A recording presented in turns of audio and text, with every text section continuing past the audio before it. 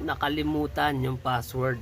Ayan, sa may mga cellphone dyan na nakasalimutan yung password kagaya nito, subukan nyo itong gagawin natin. Wala namang mawawala kung susubukan nyo, diba?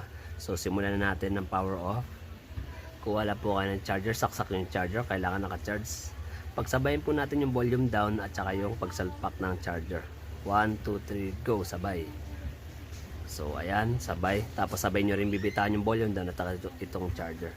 Sabay din na ganun. Tapos, habang nakabukas pa, pagsabayin yung volume down at saka volume up ng ganyan. Pack. So, ayan, nandiyan pa yung password. Power off nyo ngayon. Tapos, sa kanyo ngayon, isasalpak itong sabay-sabay na yung charger, yung power button at saka yung volume down. Sabay-sabay na po natin siyang isasalpak. 1, 2, 3. Tapos, on off natin ulit. And then, check. Bang.